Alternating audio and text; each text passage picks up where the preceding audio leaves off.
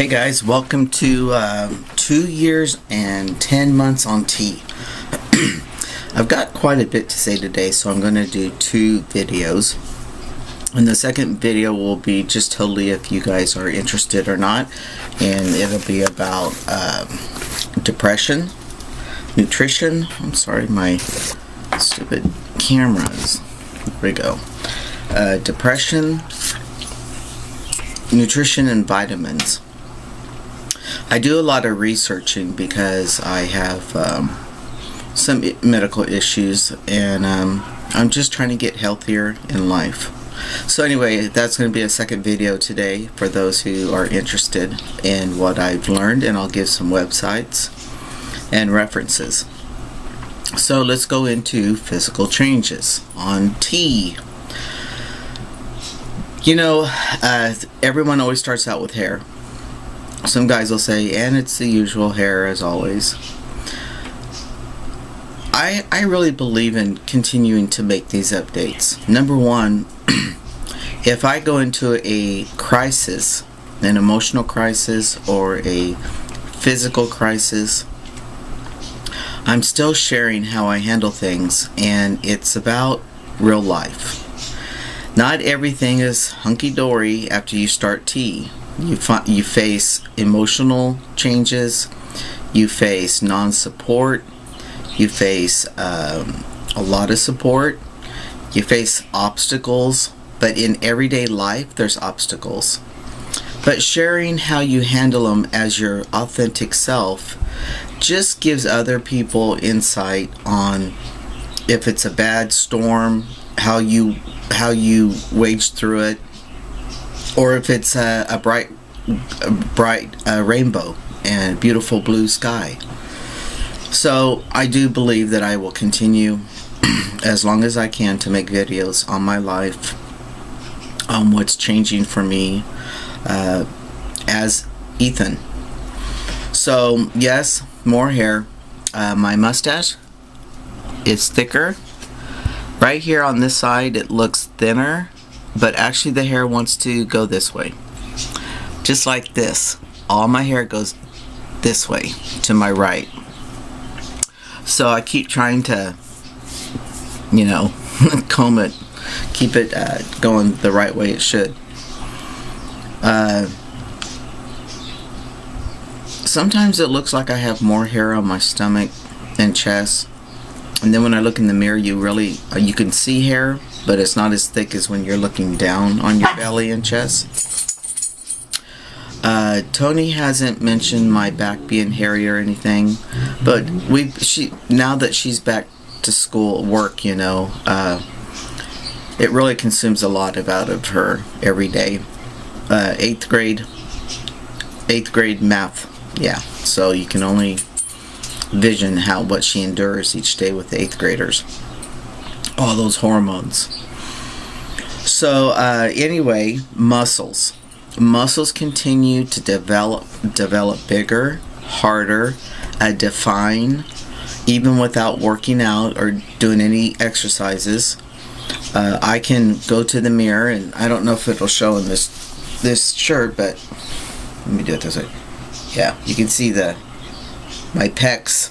When I feel my chest here, it's solid, so that feels good. I have done, you know, push-ups and stuff. I have not been consistent, I will admit that. My calves are still continuing to define more solid and in a ball shape like guys do, instead of the long, you know, linear muscle definition. I noticed my quads. Oh, today's shot day. Ugh, I have been forgetting that. Actually today, no. Okay, yeah, never mind. So body and fat. My body is still moving things, shifting things. And I don't foresee that to stop for another good 5 to 7 years. Guys mature and their body changes for a good 10 years. So I'm not looking for that to stop. My hips, I still have points on my hips. I have to look away when I see it. Instead of getting all depressed over it, I just look away and just know that things are changing slowly. I'm actually 2 years and 10 months on T, but I have to tell you that the first, going into my 10th month on T, when I contracted the cocci fungal disease, sickness, whatever. It's called valley fever here in California. My body was getting testosterone, but it wasn't absorbing all of it. I had real low, like under 100 T levels. So I kind of got cheated for a year because of the medication I was on. So my changes are actually a year and 10 months. I have to say that. I lost all my body hair, even my underarm hair. So I was not really moving forward during those months. I'm just looking forward to everything still shifting and moving off. Now, I was very well endowed with a butt, and I have a spinal cord stimulator implant. So I have 2 leads on my spine that lay across my spine, and the cords go down underneath my skin. You can't see any of this, down to a battery pack about this big, and or let me see, about that big. And it's in my right hip, right between the lower back and the hip, right there on the hip, underneath the skin. So you can't see anything. Now, before T, you could barely feel it if you felt for it, because I had all that fat cushioning. Now it sticks out. My fat has left that part of my butt and has shifted up to my stomach. So that's one thing we noticed I've lost butt, but that's definitely shows signs of how it has shifted on my body. So I continue to just shift around. My body's just changing. Now, emotional changes, I notice more and more that I am a little bit more direct, and I don't get into other conversations as easy. I just listen. I kind of just take things as they are instead of feeding into things, softening things, pussyfooting around about things like I did as a female hormoned person. I cannot multitask like I used to. It just does not happen. I need to just do what I got to do and then move to the next thing. So in a way that's good, because I was so flighty. Being disabled and on medication, it just made it worse. But on the other hand, the things I could do in multitasking, that it would not be my strength now. Okay, so it cuts off on me about 7 minutes or 8 minutes. So that is what I'm noticing. I'm having to learn to still use the voice I have, instead of when I project it, making it go up a couple notches. Every time I do that, I just mentally kick myself in the butt. I don't understand. This is my voice. When I want to talk to someone, I talk to them like this, and can you hear that squeaking quack? I know, it sounds like a duck. I can't stand it, but I'm still working on that voice projection.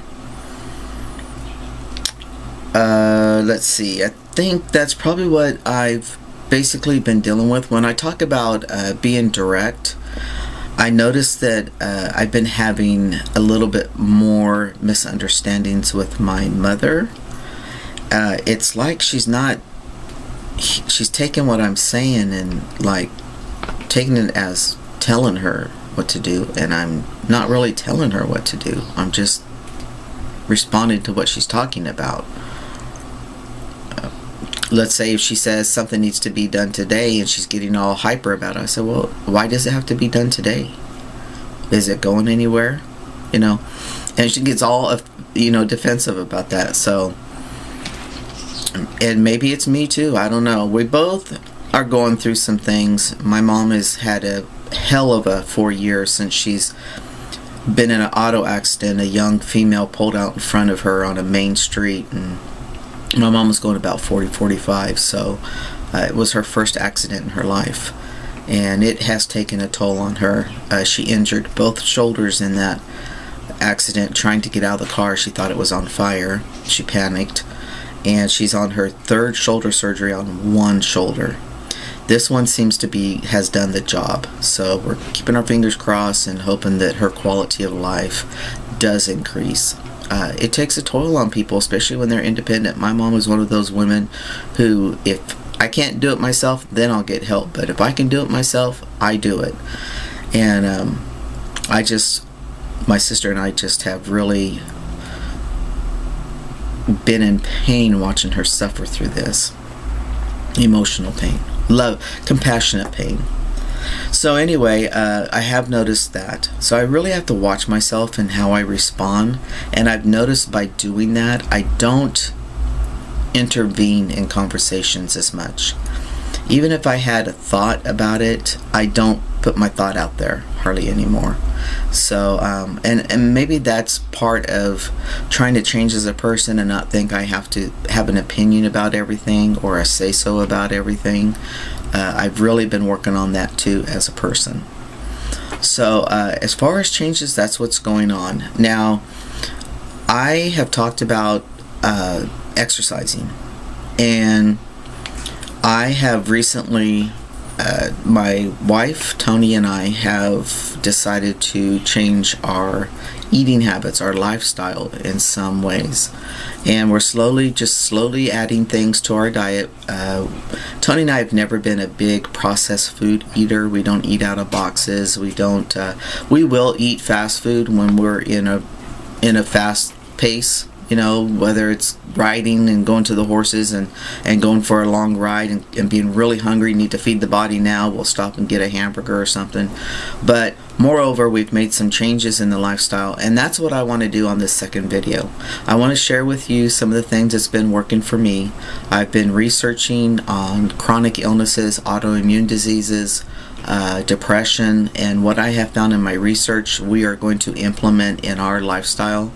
And if you want to hear about that, if you're interested in health, if you're interested in anything that can help you not hurt anymore, anything that can help you not be depressed, watch my next video. I've got a lot of good references, resources, places you can go visit if you like to surf on the internet.